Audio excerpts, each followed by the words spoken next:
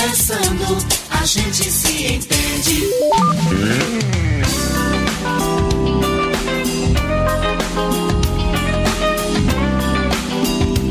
8h mais 5 minutos, 8h05, dando sequência então ao programa. E agora o nosso quadro Conversando, a gente se entende, com o doutor Fábio Araújo, que já está por aqui.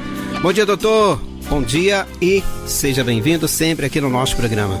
Bom dia, meu amigo, bom dia, ouvintes. É mais um prazer a gente estar aqui mais um dia. E quero começar tomando a benção da minha mamãe lá em Caputira, Dona Anitta. Hoje nós vamos falar sobre hipertensão arterial, pressão alta. E ontem nós falamos sobre pressão alta e hoje nós vamos falar sobre uma das doenças que a pressão alta causa, que é a insuficiência cardíaca. Quero aproveitar aqui também, porque esse tema não estava ainda no nosso podcast. Então eu quero agradecer muito a toda a direção da Rádio Fonte de Vida, especialmente o J. Batista, o parceirão, que está tendo todo esse trabalho, essa dedicação de capturar esses programas ao vivo e a gente poder passar para o nosso podcast, que está lá no drfabiosá.com.br. Já são 17 episódios, com esse hoje vai ser 18º. Então é muito bom que você que não conseguiu ouvir ao vivo pode ver. Então muitas pessoas estão fazendo download, baixando, isso é muito interessante. Então nós temos que fazer essa parceria, isso que é bonito. Falando em parceria, obrigado aí a Celeste, que está aí do Cadite.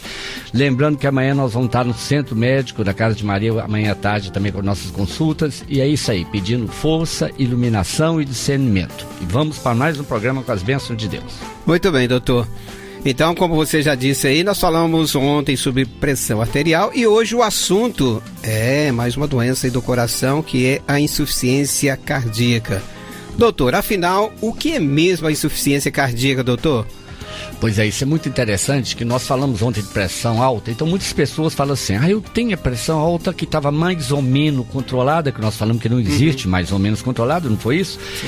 E essa pressão alta, dia após dia, imagina uma bomba, imagina essas bombas que a gente tinha aí, que tinha de bombear com a mão. Se você fizer muita pressão, eles falam que a bucha, né, ela vai estragando. Assim é o coração. Se ele tem que mandar sangue pro corpo todo numa pressão, né, tranquila, ele vai trabalhar menos. Agora imagina se ele tem que bombear com muita força. Esse coração ele vai dilatar, ele vai crescendo, ele fica insuficiente. Então a insuficiência cardíaca é uma condição que o coração não consegue bombear o sangue suficiente para atender as necessidades do corpo. O paciente então vai começar a se cansar com facilidade, vai ficar dando inchaço nele, que é o edema, e aí que eu falei, vai aumentar o coração grande. No Brasil, dados da Sociedade de Cardiologia do Estado de São Paulo, a SOCESP, da qual eu sou muito honrado já pelo 6º ano consecutivo que eu sou associado a essa sociedade, lá eles apontam que há 3 milhões de pacientes com insuficiência cardíaca no Brasil, 3 milhões, e 1 em cada 25 não vai sobreviver à primeira hospitalização decorrente da insuficiência cardíaca. E 1 em cada 10 pacientes morrerão no prazo de 30 dias seguinte à primeira hospitalização. E pior, 30% desses pacientes vão morrer no primeiro ano e metade de todos os pacientes hospitalizados pode morrer em até 5 anos. Então tá vendo que é uma coisa muito grave e muitas vezes que passa desapercebido, meu amigo? É verdade, o índice bem elevado, né, doutor? Não é verdade? É verdade. 8h mais 8 minutos. Se você tem aí uma pergunta, quer fazer aí uma pergunta, um questionamento aí ao Dr. Fábio, é só mandar a sua mensagem escrita 3331 5641. É bom que você mande pra gente escrita, porque fica melhor aqui pra gente, né, passar pro doutor aqui. Doutor, qual é a causa ou as causas aí da insuficiência cardíaca, doutor? São várias, né? Sim, uma é que nós falamos ontem. Sim. Né? Que é pressão arterial. A pressão arterial, verdade. Exatamente. Por que eu tô falando? Que ela pode ocorrer por várias razões. De novo, se você tem que romper uma pressão, isso é física, né? Não é nem medicina inicialmente, não. Se você tem que romper uma pressão, você vai ter que ter essa bomba trabalhando mais. Essa bomba trabalhando mais com o tempo, não precisa nem ficar com a idade. E de novo, só pra gente lembrar que o paciente não pode internar. Olha bem, se eu falei que metade de todos os pacientes hospitalizados vão morrer até 5 anos, gente, isso é muito grave. Imagina só você vai, o médico tem 100 pacientes, e 100 pacientes, desses 100, 55 anos vai ao óbito. Tipo assim, ninguém vai querer que nesse médico fosse pensar por esse lado, mas não é culpa do médico, não. É culpa da patologia. Exatamente. Não é verdade?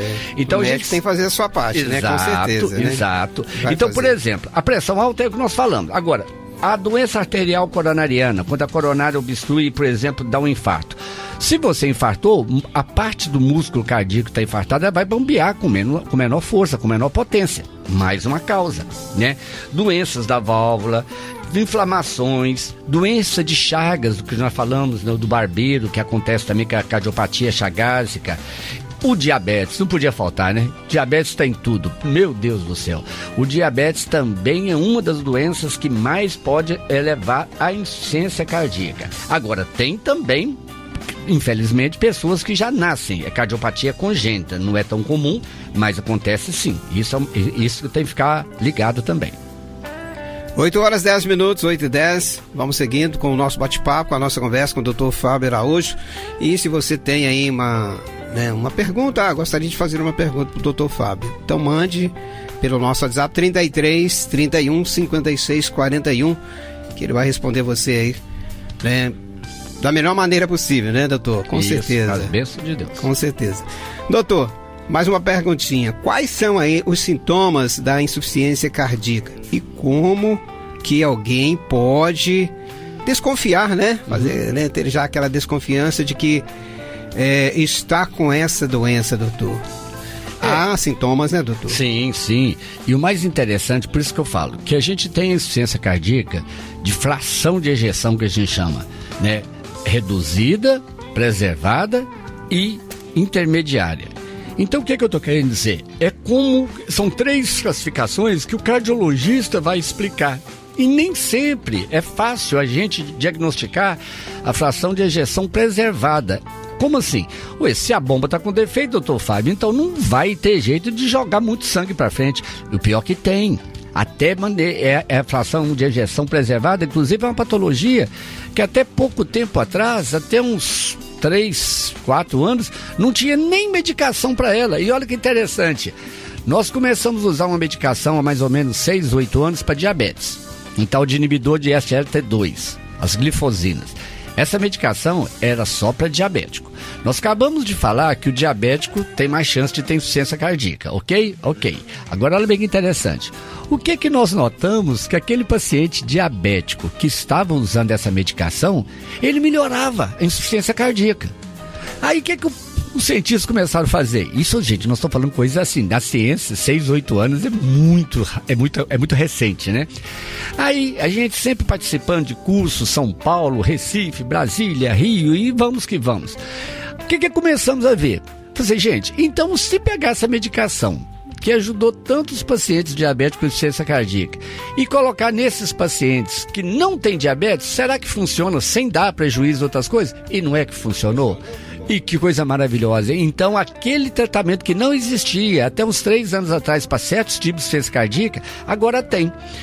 E respondendo diretamente à sua pergunta, você pode ver que os sintomas nem sempre são óbvios. Algumas pessoas, em fases muito iniciais, podem não ter sintoma algum.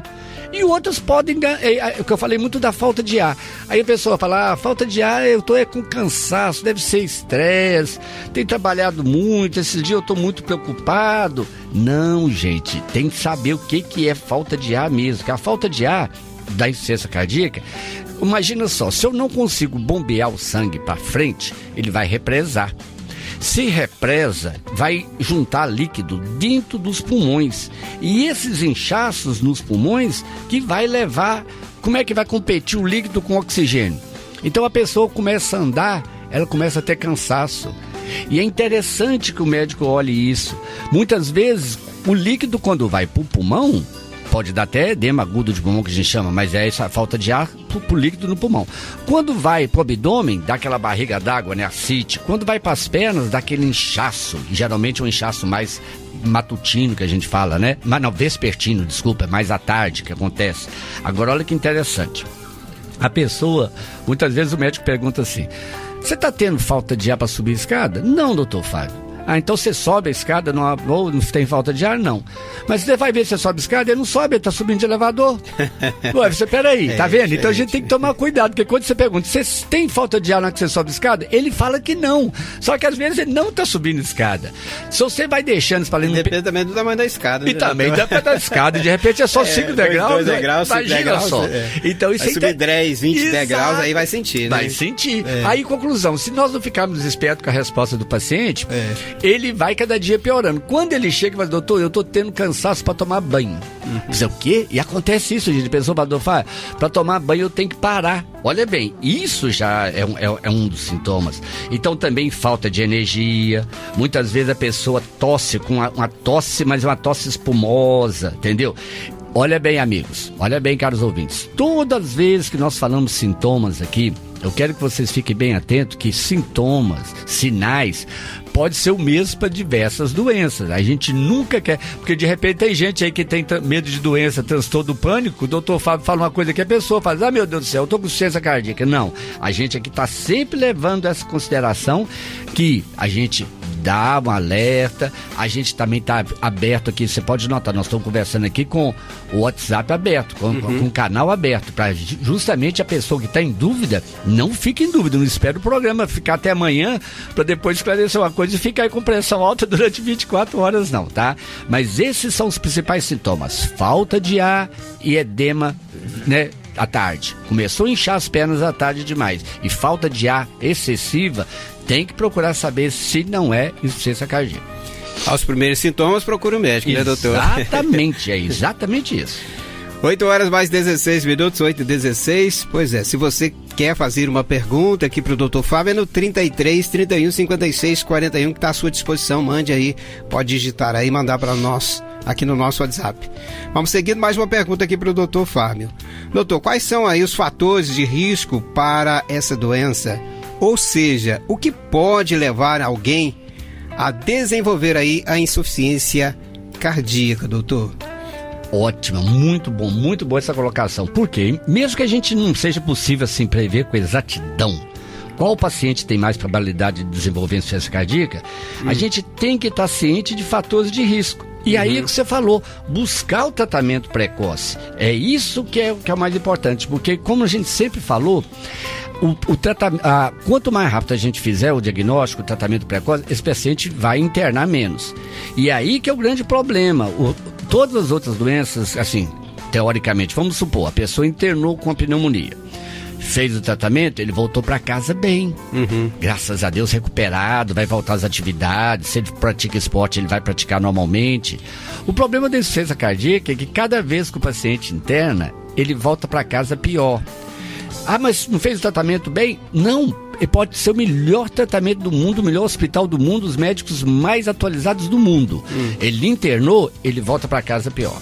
Aí vamos pior do que estava antes. Ele internou de novo, ele vai ter alta cada vez pior. Então é uma ladeira abaixo. Então há um declínio progressivo. Então qual que é o segredo? Não internar. Não internar quer dizer o seguinte, estando bem em casa, lógico, passou mal, tem que internar. Mas o que é que eu estou querendo dizer? Nós temos que tratar de uma forma, por isso que o tratamento clínico, o acompanhamento com o seu cardiologista, com o seu clínico, que seja, tem que ser muito bem feito. Para evitar que você interne, para evitar que você descompense. Então isso é questão, antes de mais nada, só de saúde, não, é saúde pública, que cada vez que esse paciente internar, ele vai gastar mais no SUS lá, mais dinheiro, que o governo vai ter que gastar, e ele não vai voltar melhor para casa. Então a gente tem que ter esse controle. Então, por exemplo, a hipertensão, é o que nós falamos ontem. Se você não controlar a pressão, vai a cada dia mais aumentando a espessura do músculo cardíaco, e essa hipertrofia vai levar cada vez mais também a capacidade de bombeamento menor. Infarto é outra condição que a gente tem que tomar muito cuidado, que é o ataque cardíaco. Válvulas cardíacas anormais, por isso que você tem que ir lá de vez em quando fazer o ecocardiograma. O que é isso? É tipo um ultrassom das válvulas cardíacas. Também uma coisa interessante, né? O aumento do coração. Se você tem alguém na família que tem essa doença cardíaca, ela tem que ser mais do que nunca. Acredita-se hoje, amigos, que a insuficiência cardíaca tem origem de 20 a 30% de origem familiar. Lógico, isso ainda é fruto de investigação, mas a gente sabe que tem sim esse caso. O álcool, o abuso do álcool. O álcool, as pessoas acham que o álcool faz mal pro fígado, é cirrose. Aí que tá o engano. Tem gente que não tem nada de cirrose e na hora que vai ver é o coração que dilatou. É aí que a coisa fica feia. Por incrível que pareça, você acredita que a anemia, gente? A anemia, o sangue ficando mais ralo, digamos assim, o coração fica mais acelerado.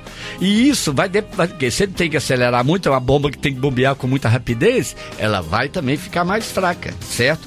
E também, por exemplo, quimioterapia. A gente sabe que certas pessoas que fazem tratamento de quimioterapia, ou mesmo até outros tipos de terapias químicas, isso pode levar à insuficiência cardíaca. Por que é importante? Porque muitas vezes a pessoa está tratando de um câncer e ela não fumava, ela não tinha pressão alta e de uma hora para outra ela começou a ficar com esses sintomas que eu falei, cansaço, inchado. Mas olha bem, ela está prestando atenção no câncer, então às vezes vai curar do câncer e vai ao óbito por insuficiência cardíaca, porque descuidou. Então todos vocês que estão nos ouvindo, que estão fazendo quimioterapia, ou que tem algum parente que está fazendo quimioterapia e com as bênçãos de Deus vai se recuperar, não deixe de conversar com o seu médico ou ir no cardiologista. Se alguém não mandou, você mesmo vai e fala só, eu faço quimioterapia e eu quero saber como é que está a minha função cardíaca. Porque senão, como diz o outro, escapa de um lado e caiu da outra, lá, tá vendo? E por último, a gente não tem jeito de deixar de falar, o diabetes, né? O diabetes deixa o sistema cardiovascular mais vulnerável. E aí vai trazer consequências nos vasos sanguíneos, aumentando a chance de infarto e assim podendo comprometer o músculo cardíaco. Tá vendo? Então, por isso, de novo, você diabético tem que procurar controlar seu diabetes, não simplesmente porque quando a gente pergunta para as pessoas assim, os diabéticos, o JB Batista, fala assim, gente, você é diabético, você tem medo de quê? A maioria das pessoas fala assim, eu tenho medo de ficar cego. O outro fala assim, eu tenho medo de cortar a perna. O outro fala assim, eu tenho medo de parar na hemodiálise. Então olha pra você ver, lógico, e são medos e estão certíssimos. Mas a maioria das pessoas não pensam que ele tá com muito mais chance de ter um infarto do que o outro. E se ele tiver esse infarto, ele sendo diabético, ele tem mais chance de ter complicações e de ter insuficiência cardíaca. Aí ele tendo insuficiência cardíaca, se ele internar várias vezes, porque o diabetes não está controlado, ele vai voltar para casa cada dia pior. Tá vendo? Então é isso que a gente tem que deixar claro. 8 horas mais 22 minutos. E essa doença também, doutor, é hereditária, doutor? Olha, é que eu falei, nós estamos ainda em estudos, mas nós temos uma probabilidade aí de 20 a 30% de casos que tem esse antecedente familiar, né? Não é que significa que se seu pai e sua mãe ambos tiverem insuficiência cardíaca, você vai ter insuficiência cardíaca. Sim. Mas se os pais já têm, é mais um motivo de você fazer um screening, um rastreio melhor. Muito bem, 8 horas 22 minutos, você está acompanhando aqui pela Rádio Fonte de Vida o nosso bate-papo, a nossa conversa com o doutor Fábio Araújo de Sá.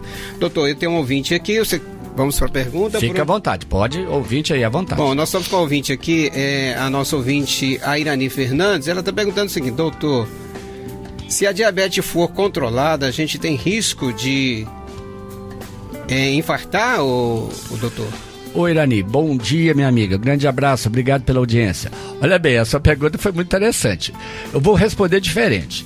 Olha só, mesmo nós que não somos diabéticos, nós temos risco de infarto, né? A gente viu aí depois da Covid quantas pessoas infartadas, não só por causa da Covid, porque não é só o diabetes. Agora eu vou te dizer uma coisa, quem é diabético, sim, tem muito mais risco de ter um infarto do que não diabético. Agora, aquele paciente diabético que faz o controle direitinho, que toma os remédios direitinho, que faz exercício físico, teoricamente ele tem o mesmo risco de infartar que aquele que não é diabético. É isso que a gente quer dizer. Então, em outras palavras, você está certa. Quem tem controle do diabetes tem menor risco de infarto e de insuficiência cardíaca por consequência. Muito bem. 8 horas 24 minutos, doutor. E o diagnóstico aí da insuficiência cardíaca? Como é feito esse diagnóstico, doutor? Ótimo. Somente o médico mesmo que pode dizer se você tem insuficiência cardíaca. Lógico, a falta de ar, os inchaços, já vai desconfiar. Mas na hora que você vê o médico lá, ele vai fazer certos exames, tipo o eletrocardiograma, o ecocardiograma, um raio-x de tórax. Muitas vezes quando você faz uma chapa do pulmão, como diz o outro, você fez... Olha no pulmão, na hora que você vai ver o coração, ele está dilatado, ele está igual uma bota, parecendo uma bota. Quando chama coração em bota, você, opa, isso deixa a gente desconfiado, que é um aumento do ventrículo, entendeu? Você às vezes tem que fazer o teste de esforço, que é aquele negócio da esteira, o ergométrico. Às vezes tem que fazer uma cateterização cardíaca. Agora olha que interessante. Isso nós estamos falando principalmente da fração de ejeção reduzida.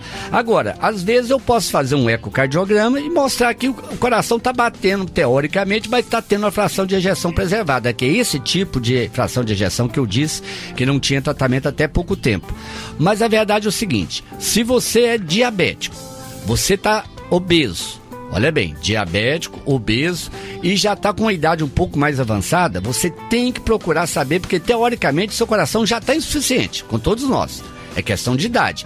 Mas isso pode evoluir. Ô doutor Fábio, só de eu ser diabético, obeso e hipertenso, eu já tenho que ficar mais atento? Sim. Exatamente isso. Isso com um algoritmo a gente já tem isso. Mas isso você vai conversar com o seu médico direitinho. Ele vai falar qual que é o tipo de ejeção. E uma outra coisa interessante. Isso tem jeito de ser feito hoje em postos de saúde. Não precisa de aparelho, não. É um algoritmo. São pontos que você faz. Então isso é muito importante que os médicos, os colegas médicos se atualizem, estudem. Porque às vezes com um cálculozinho matemático, você salva a vida da pessoa mandando ela para um serviço especializado.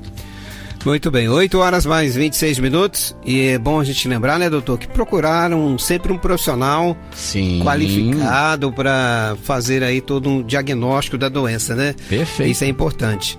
Seguimos então com mais uma pergunta aqui para o nosso doutor Fábio. Você está acompanhando aí o nosso bate-papo, se você tem aí uma pergunta, pode mandar para nós, tá? Até o encerramento do nosso programa, nós respondemos aí o seu questionamento. Bom, doutor, e o tratamento para a insuficiência cardíaca? Como são aí as opções de tratamento hoje? Bem, a primeira coisa que a gente sempre fala em quase todas as doenças que é mudança no estilo de vida. A gente tem que ver como, por exemplo, se a pessoa ele é tabagista, ele está fumando, ele não tem opção não tem plano B não, ele tem que parar de fumar. Não adianta ele querer tratar do coração. É radical, tem que mudar mesmo, não tem condição. Se o cara falar assim, doutor, tudo bem, você pode até fazer o tratamento, mas não vai ter, porque o cigarro já vai fazer mal para inúmeras coisas. Nesse caso, então, não adianta. Limitar também a ingestão de sódio. Aquela pessoa que tem insuficiência cardíaca que está comendo comida muito salgada, vai ter problema. Perder peso, isso é importante. Redução do nível de estresse, que nem sempre é possível, mas isso tudo, essas mudanças de estilo de vida já vai ajudar a reduzir a pressão psicológica e a pressão no coração. A gente tem outras terapias, tipo a TRC, que é terapia de recronização cardíaca, que é como se fosse um dispositivo implantável no coração, tipo os marca-passo, né? E aí que é a coisa interessante, os medicamentos para o coração.